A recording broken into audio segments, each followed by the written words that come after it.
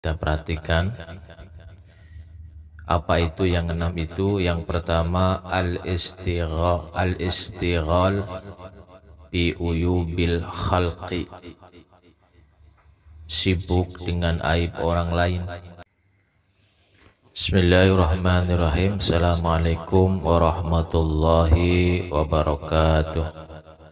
Alhamdulillahi rabbil alamin, wa bihi nasta'in wa ala umuri dunya waddin, wassalatu wassalamu ala asrafil anbiya'i wal mursalin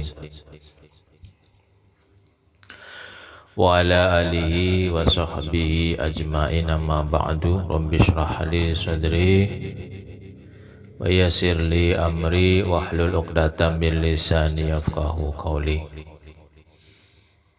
Para jamaah yang dirahmati Allah Subhanahu wa taala, wabil khusus keluarga besar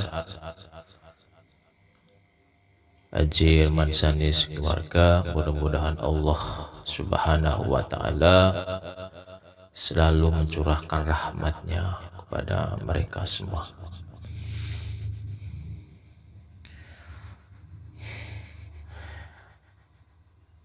Ada 6 hal yang harus hati-hati, yang harus kita perhatikan. Apa itu yang 6 itu? Yang pertama al-istighal bi uyubil khalqi, sibuk dengan aib orang lain sehingga lupa aibnya sendiri. Ngomongin orang, gibain orang, menjelek-jelekan orang, mencari kesalahan orang, apalagi kemudian disebarin. Subhanallah, aib saudaranya sendiri disebar-sebarin. Subhanallah. Padahal kata Rasulullah Sallallahu Alaihi Wasallam, orang yang menutupi aib saudaranya sama muslim, maka Allah Subhanahu wa taala di hari kiamat akan menutupi aib orang tersebut. Bagaimana Allah akan menutupi aibnya, sedangkan dia senang membuka aib sesama saudaranya? Lisannya pedas, menyudutkan, menyinggung hati orang, menyakiti perasaan tetangganya.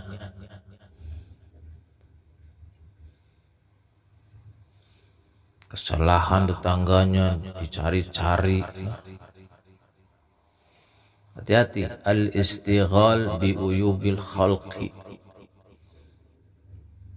sibuk itu aib orang, dipikiri terus, dicari-cari kesalahannya, kejelekannya, keburukannya, kejahatannya, ceritain dah ke orang lain, sebarin lah. Subhanallah.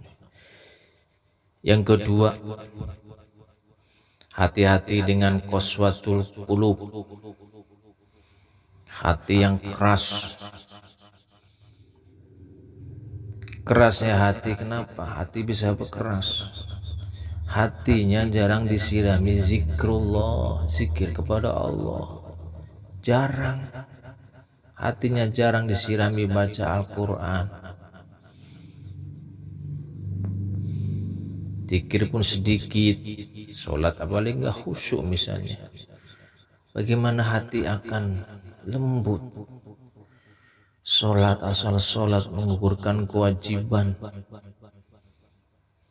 Zikir nggak pernah, baca Quran boro-boro. Qaswatul qulub. Makanya gampang kalau kita ingin menilai hati kita keras atau tidak, ketika kita bisa menerima nasihat orang, berarti tanda hati kita masih lembut, belum keras. Hati kalau sudah keras, dinasihati orang itu nggak masuk, menolak. Dinasihati, galakan dia, yang dinasihati. ngomongnya nggak enak, lu aja belum bener, ngapain lu nasihati gue? Ada orang begitu.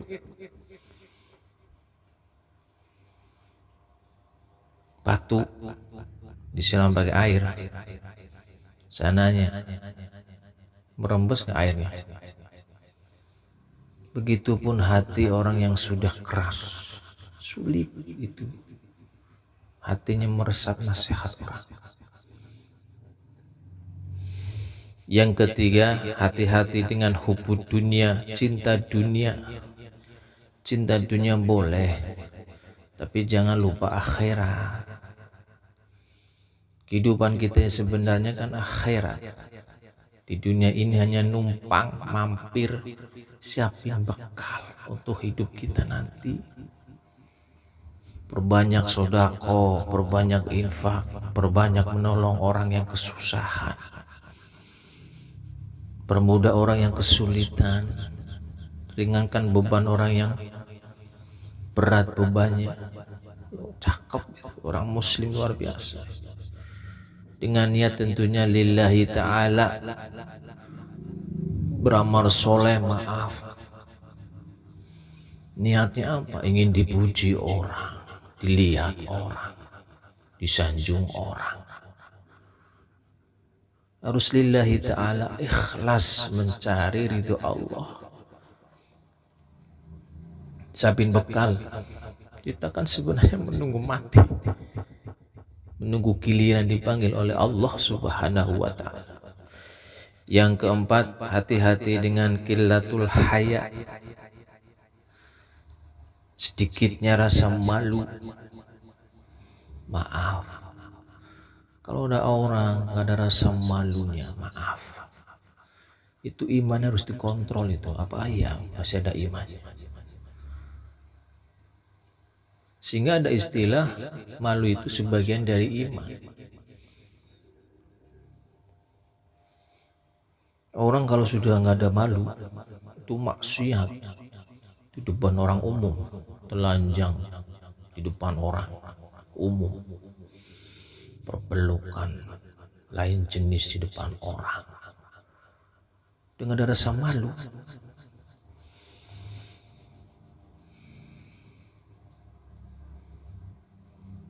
Orang berbuat dosa tanpa ada rasa malu, itu celaka besar kalau sudah seperti itu.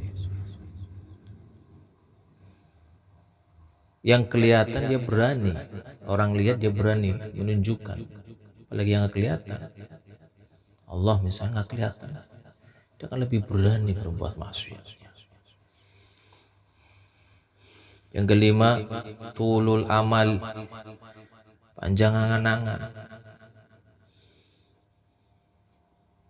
Hati-hati dengan kita merasa hati kita itu nikmat di dunia ini, seolah-olah ingin hidup lama di dunia ini. Hati-hati, itu tulul amal, merasa diri akan hidup lama.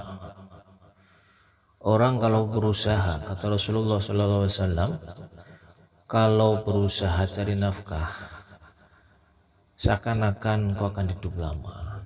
Tapi ingat, ibadah dong, jangan ditinggalkan. Seolah-olah kau akan mati besok, besok bakal mati. Itu jangan timpang, nyari duit, semangat karena merasa sih mau hidup lama, tapi nggak pernah ibadah. Imbangi dengan ibadah kepada Allah Subhanahu wa ta'ala. Silahkan cinta dunia, tapi jangan sampai panjang angan-angan. Jangan sampai lupa ibadah, lupa zikir kepada Allah. Cari nafkah untuk anak, keluarga. Sholat ditunda-tunda. Yang terakhir, zulmul la yantahi, kezaliman yang tak pernah berhenti, tenggelam dengan dosa, maksiat kepada Allah Subhanahu wa ta'ala. Orang yang mutakin itu ketika dia berbuat salah, namanya manusia berbuat salah, dia cepat langsung ingat kepada Allah, mohon ampun kepada Allah, tidak terlena dengan dosa, dengan maksiat, tidak tenggelam dengan kemaksiatan. Terakhir kami tutup dengan ayat Al-Quran surat Qaf ayat 18. Allah subhanahu wa ta'ala berfirman, ma yalfizu min qawlin illa ladaihi raqibun atidun. Kata Allah subhanahu wa ta'ala, hati-hati, ma yalfizu, tidak ada suatu ucapan pun, min qawlin yang diucapkannya, illa ladaihi raqibun atidun, kecuali di dekatnya ada malaikat raqibun atidun, pengawas yang selalu hadir. Apapun yang kita ucapkan, apapun yang kita katakan, semua kerekam oleh tubuh kita, begitupun tercatat oleh para malaikat raqibun atidun. Kemudian dalam surat Al-Infitor ayat 10 sampai 12, wa inna alaikum lahafizin kiraman katibin ya'lamuna ma taf'alun. Wa inna alaikum lahafizin, padahal sesungguhnya kalian ada malaikat-malaikat lahafizin yang mengawasi, yang menjagamu, mengawasimu, mengontrolmu, kiraman katibin, yang mulia dan mencatat semua tindak tandukmu, tingkah lakumu, perbuatanmu. Ya'lamuna ma taf'alun, mereka tahu apa yang kalian perbuat, apa yang kalian kerjakan. At-Taghabun Al-Infitor maaf ayat 10 sampai 12. Kaitannya dengan hibah, dengan aib, sibuk dengan aib orang. Pesan Rasulullah sallallahu alaihi wasallam, Abu Hurairah radhiyallahu anhu, Rasulullah SAW bersabda yang artinya, atadaruna mal ghibah, tahukah kalian apa itu ghibah? Qalu, para sahabat menjawab, Allah wa rasuluh a'lam, Allah dan Rasulnya lebih tahu. Qala, ia berkata, zikruka akhaka bima yakrahu, kamu menyebutkan kejelekan saudaramu yang ia tidak suka untuk didengarkan pada orang lain. Jangan suka kita nyebarin, kita sebarin, itu ghibah. Lantas para sahabat nanya, kila afaraita in kana fi akhi ma'akul ya Rasul, bagaimana itu kalau kenyataan ya Rasul, yang kami ucapkan itu kenyataan. Apa kata Rasulullah, in kana fihi ma taqul faqad i'tabakhata, faqad i'tabtah, jika sesuai kenyataan kata Rasulullah berarti engkau telah menghibahnya. Wa illam yakun fihi faqad bahatta, jika sesuai kenyataan berarti engkau telah menghibahnya, jika tidak sesuai berarti engkau telah mau fitnahnya. Itu hibah. Hadis riwayat Muslim nomor hadis 2589. Mudah-mudahan kita jaga oleh Allah Subhanahu wa taala. Kemudian dalam hadis riwayat Muslim, Rasulullah sallallahu alaihi wasallam, man nafasa mu'minin qurbatan min qurabid dunya nafasallahu anhu qurbatan min qurabi yaumil qiyamah. Pada siapa melepaskan kesusahan seorang muslim dari kesusahan dunia, Allah akan melepaskannya kesusahannya pada hari kiamat. Wa man satara musliman satarahullahu fid dunya wal akhirah. Pada siapa menutupi aib seseorang, Allah akan menutupi aibnya di dunia dan akhirat.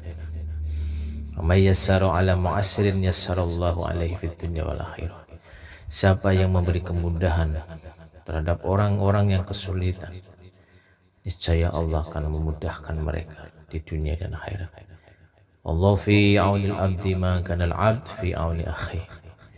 Allah sangat bergantung kepada hambanya yang dia akan menolong hambanya selama hamba itu mau menolong saudaranya. Hadis riwayat Muslim, nomor hadis 2699, At-Tirmizi nomor hadisnya 2945, Ibnu Majah, Abu Dawud dan Ahmad. Subhanakallahumma wa bihamdika asyhadu an la ilaha illa anta astaghfiruka wa atubu ilaik. Kurang lebih maaf. Assalamualaikum warahmatullahi wabarakatuh.